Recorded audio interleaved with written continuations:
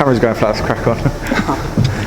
Okay, good evening. Welcome to the press conference for the 14th of May show, Maybe Violent. A show in my own right, it's great to be promoting a show myself again in association obviously with Goodwin Boxing, just continuing the good work we're doing.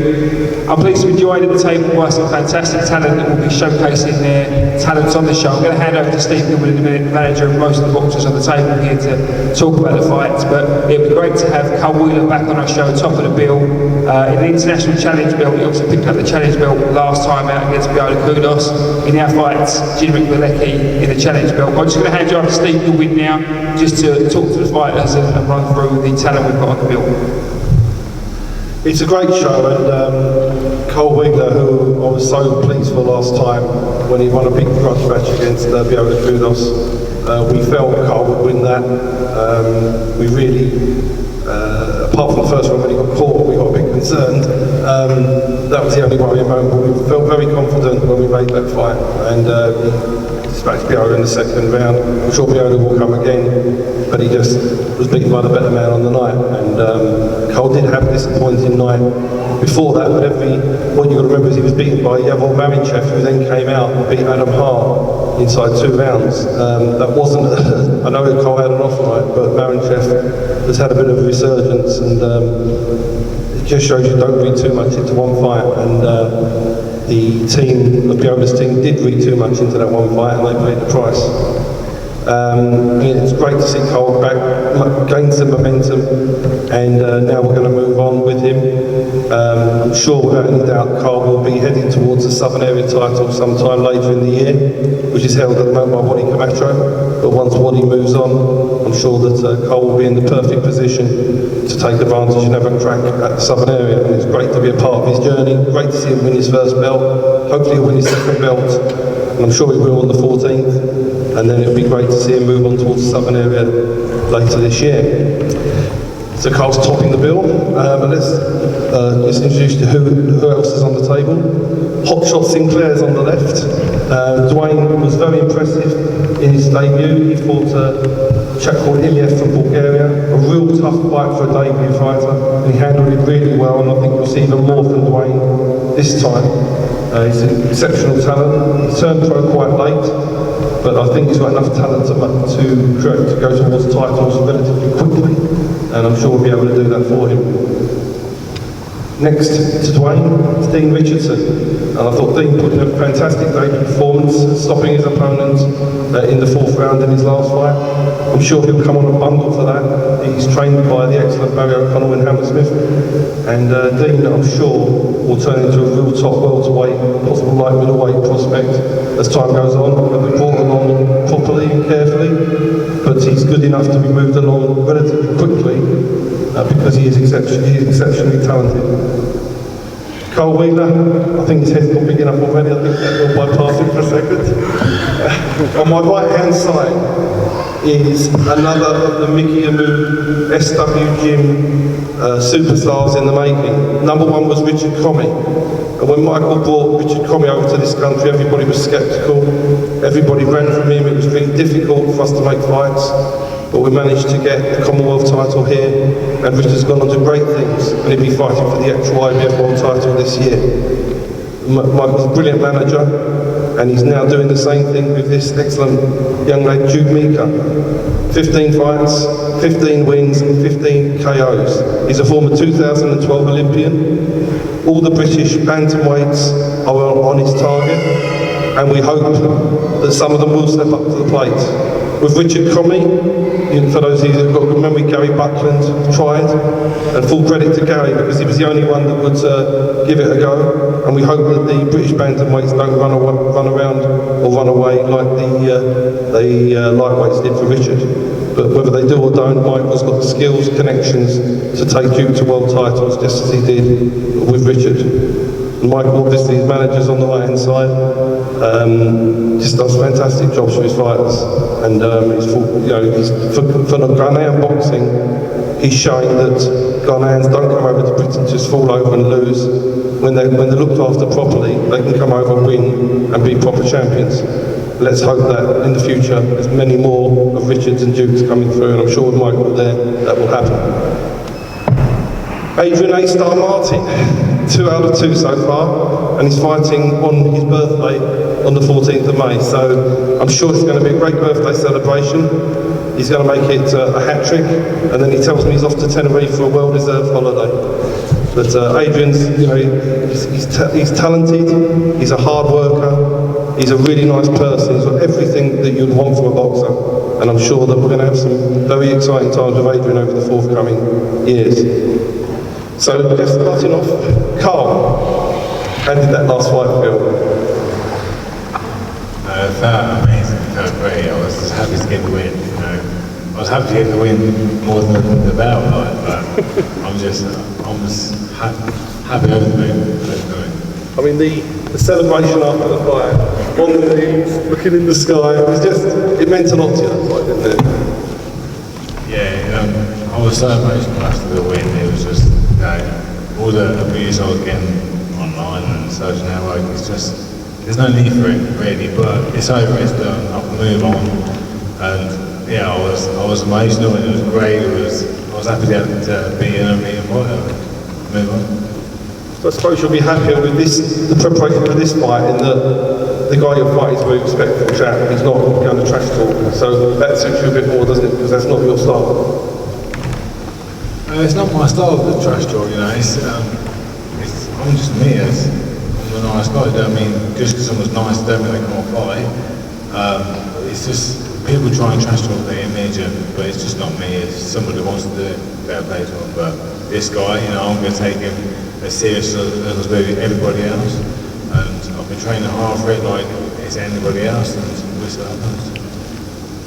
Sometimes they say that a boxer has a fight that means a lot to them, and it becomes so important. I remember you saying to me before that last fight that this fight meant more to you than any other fight you'd ever encountered before. And I remember you saying that before. And you said, I think to someone else, if I don't win this, that's it, I'm going to retire. So has that fight made it like a sprinting step, and has it sort of reinforced the fact that you're going places, like you could do that in the last fight? This fight has kind of woke me up. It's got me out of a shell. I've always been this kind of guy who's I just give it 100%. You know, win, lose or draw. Obviously, I want to win, but you know, the losses and draws happen. But I've always tried my best, and you know, everyone's proud of me for trying my best. But now I've got this feeling now. I don't want to go into fights where I want to try and win. I want to go into fights where I have to win this. Give me this kick, and winning feels so much better than losing, so I've got to keep that going now. That's brilliant. And Duane, your debut, how did your debut feel? Do you think that we saw everything from you that you'd expect to see, and do you expect to improve and develop after that first one? Yeah, I was warned that the gentleman was a tough competitor.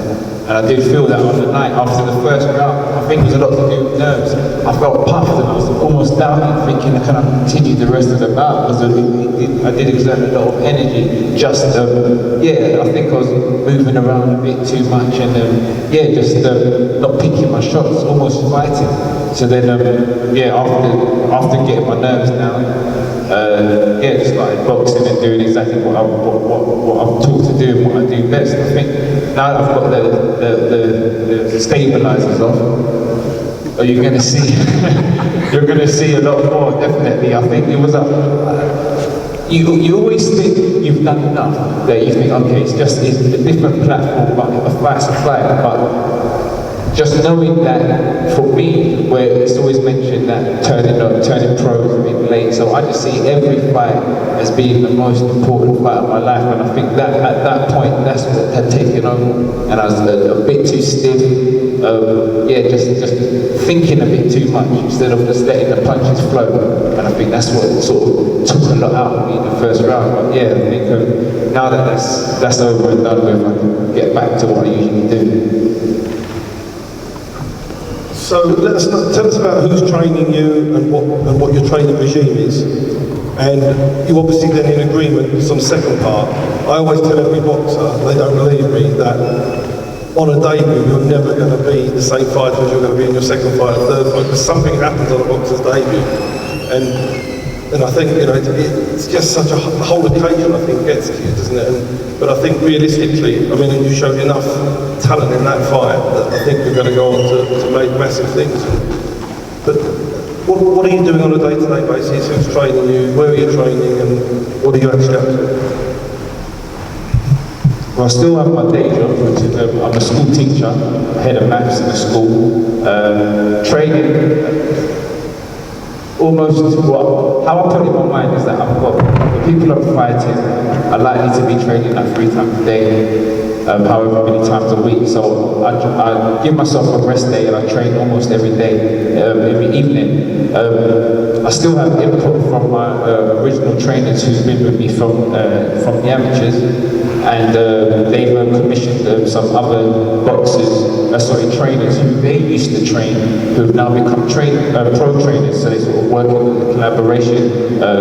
John Cole, Bill Gardner, and then some of my amateur trainers. Will Gardner's just got his pro license, so he's going to be a bit more help with John Cole. And I've on a weekend yoga and agility coaches, because I'm just sort of, when people say, once you reach 30, the reflexes go. So I'm trying to keep those fast twitch fibers alive. I'm not trying to let that be true. So yeah, I've got my agility coach at the weekend, and a bit of strength and conditioning as everyone else does. So Dean, you had a debut as well. You stopped, you were going the 4th round. Did you feel the same as Duane? Did you feel that there's a lot more to show in the second fight? Yeah, obviously, as Duane said, you have the first fight nerves, but my coach, Barry, and also the help of Matthew Hayden, Jude Ma, helped keep me calm. What we focused on mainly was to get the win. Don't try and knock him out, where a lot of people try to. For a debut, get a bit overexcited. And I was boxing him, and I knew I was hurting him, and I didn't try and step it up, so I knew my boxing would catch up to him, and then I caught him with a shot in the 4th round. I thought, right, it's time to get him out of there, and I did. So I watched the fight back, we've studied it, we're going to work on things that we need to work on in the gym, and try to improve it in the next fight. We said today you've got the sparring partner down, so the power must really be increasing. Can you do me a favour, win this one on points? It's going to be a bit more difficult match if you go and win 2 by KO, and it's going to cost more money. So.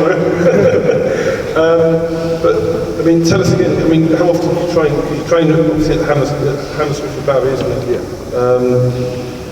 Tell us a bit about your training regime and what you do. I mean, Duane obviously combines his job as a full-time teacher. What about yourself? We train 6 days a week with Barry in Hammersmith. He gives us a training plan, each training camp. Different days we do different things, but same fundamentals, running, pads, a lot of sparring. Yeah, just like everyone else, 6 days a week, 2 or 3 times a day. So it's quite intense at the minute. We're 3 weeks out, 2 or 3 weeks out. That's intense, and then we're ready to go. We'll come in once, sharpen up, go for a run, keep the weight down, and then we'll fight.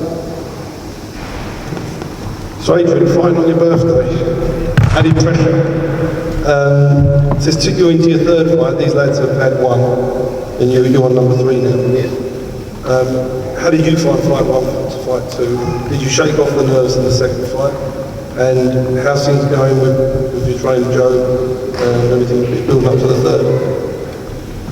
Yeah, I felt pretty good in my 2nd fight. I'd been a bit unwell, so I wasn't really feeling myself. But I still think I went out there and performed pretty well. I kept it behind my jab, kept it classy, and got the win 40-37 pretty comfortably, like I know I can. I'm showing my boxing skills. I think when I compared the 2 fights, my first fight was very intense. I stood upright, I was boxing well, but I was quite upright, and my head wasn't moving as much as what it does now.